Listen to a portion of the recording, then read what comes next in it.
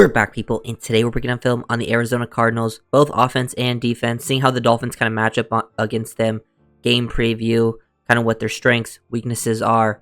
Looking at the Cardinals offense here first, you really want to contain Kyler Murray. Obviously, you just faced Anthony Richardson, who's also an athletic QB, but different types of athleticism with Kyler. You really want to, be a little more disciplined rushing against Kyler because he'll make you pay for it with big explosive plays. He's way quicker. Now, he's a little bit easier, like, if you do get hands on him and you are able to, wrap him up, you should be able to tackle him. Richardson's a little tougher to bring down because he's a lot bigger. But Kyler's, you got to be, a little more disciplined. If you do bring blitzes, make sure, you're staying disciplined in your rush lanes. They could also run zone read with him. They're going to come out, run 13, 12 personnel, bring out multiple tight ends on the field. They like to do that.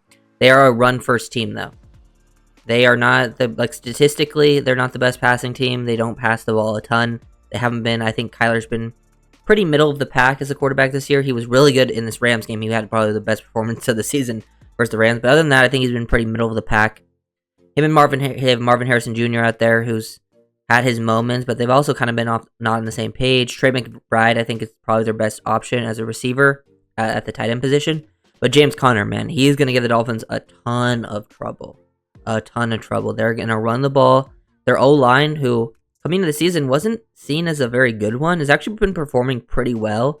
They'll run gap scheme, they'll run duo, get downhill, definitely make you pay. And then we'll get into the defense later. Their defense is not very good, like from a talent perspective, and then just performance-wise, they haven't been playing very good.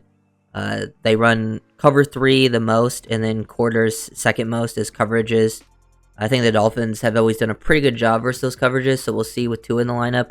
I think one of their best chances is to have a good offensive day. I think that's kind of the key of this game, is how well the Dolphins offense can play with Tua back for his first game in a while.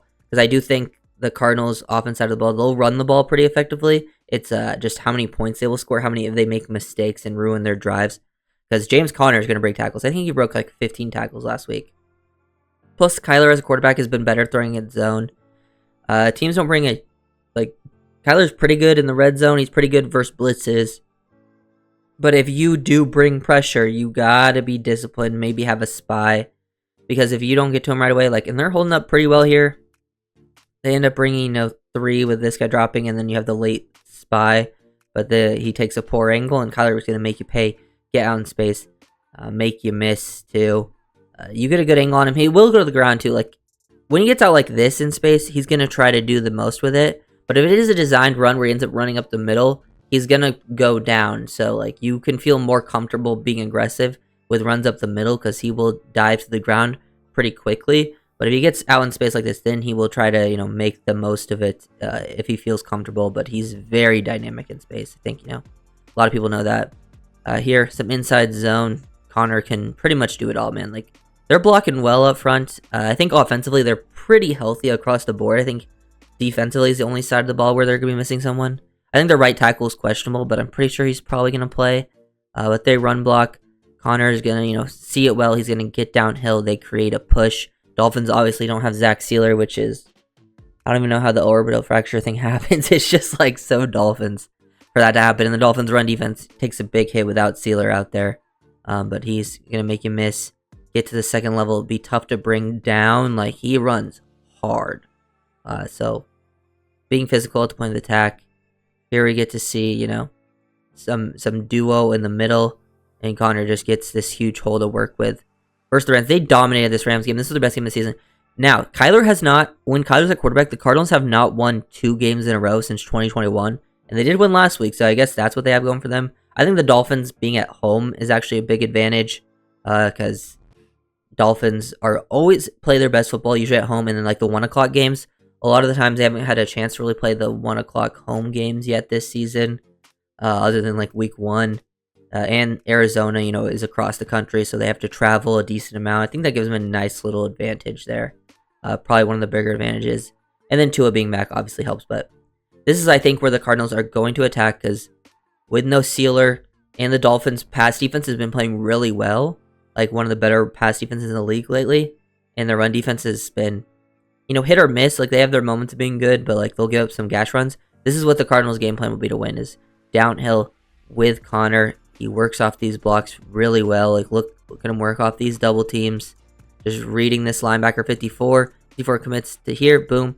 Bounce it up into whole huge, big creation. So linebackers got to be disciplined, smart, make good plays. And then they'll work out of this, come out in, like right here, they come out in 13 personnel. So 3 tight ends on the field, 1 running back.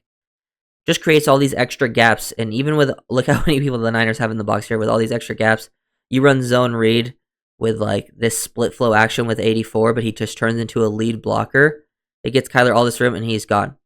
Kyler's was pointing literally 7 yards into the play that he was going to score a touchdown. Like, that's insane. That's definitely something to keep an eye on. They'll if you do rush the passer, like here's Kyler dropping. Definitely interesting with how they work this. Like, Washington on this play basically had everyone work up on one side of the ball with like 11 being like on the opposite side, kind of being a late blitzer. So if he does try to escape, he's kind of your spy. So just like doing some confusing things up front, because Kyler kind of does like to float to the left at times, being like, oh, where do I go? And if he does want to escape to the right, that's where 11, the spy, is, with all this pressure coming off to the left. And they stayed disciplined in their rush lanes. Like, they got after it, got aggressive, but didn't get over the top. Knew they can be maybe a little more aggressive to that side because of all the help there. So that's interesting. Kyler off play action. Pretty good job here under pressure. Boom, throwing the ball. And then look at McBride just go over the top of this guy. McBride's a really good player. They're tight end. So he's kind of the receiver I'm most worried about. Harrison Jr. is obviously a very talented rookie and will have some big plays and big moments, but him and Kyler just quite haven't been on the same page yet. So, like, even in this Rams game where Harrison Jr. had like 2 touchdowns, lots of yards, they also left a lot of plays on the field. So something to keep an eye on. They got some other players as well. Elijah Higgins, 84, is that Dolphins drafted him tight end a couple years ago. Greg Dortch, Michael Wilson, other receivers can make some plays.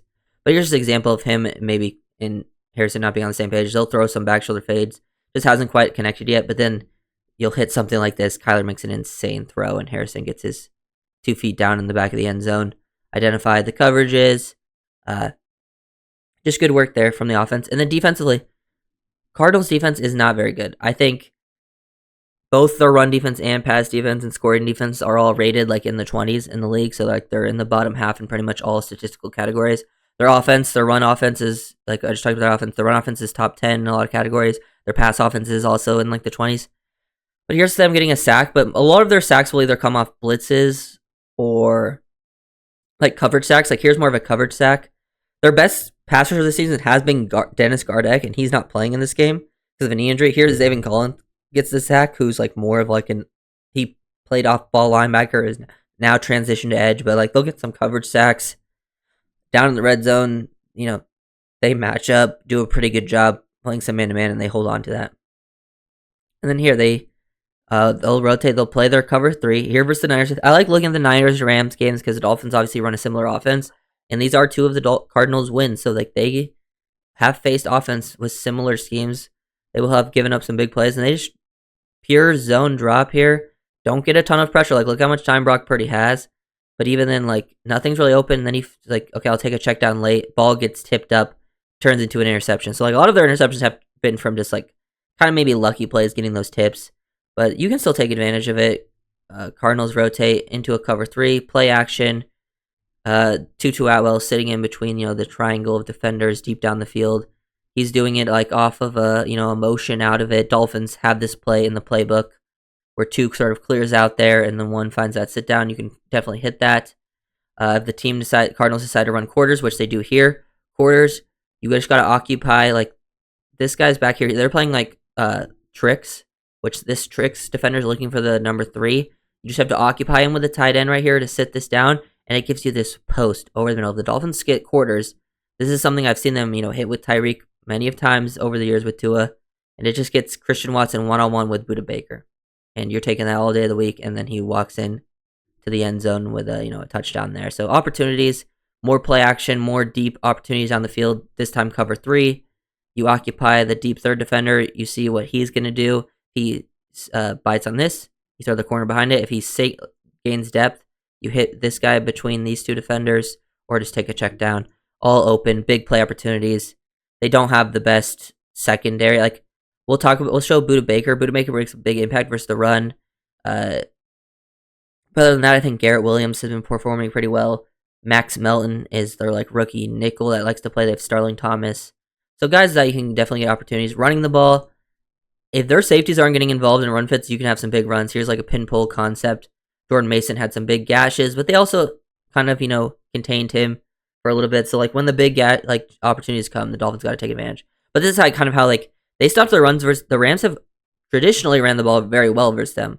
This is how they stopped the run. They would show like the too high look, and then Baker would fly downhill on like a run blitz, and he would get there so fast that the receiver wasn't able to block him, and he would just fill in. And they had so many run stops versus Rams like this.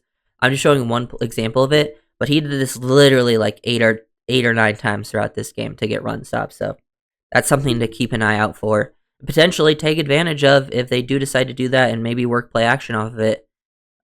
Because Dolphins are running some similar stuff to like the Rams. Not exactly the Rams running game wise, but more like the Niners running game wise. Obviously, McVay is from the Shanahan tree, but they do things a little bit differently with how they run a little more duo, and they'll run, with the receivers blocking a lot more than like Miami will. So it'll be interesting to see how it will adjust. It'll be a fun game. I think Dolphins have a pretty good chance of winning it. The Cardinals are not the most talented team in the league, but they have their moments for sure, and some of their biggest strength is their run game offense, and that's probably the Dolphins' defense's biggest weakness right now. So it'll be interesting to see if they can really take advantage of that to win the game, and how much schematically we can slow them down, getting safeties involved and stuff. So if you guys want to do it, make sure to like, comment, subscribe,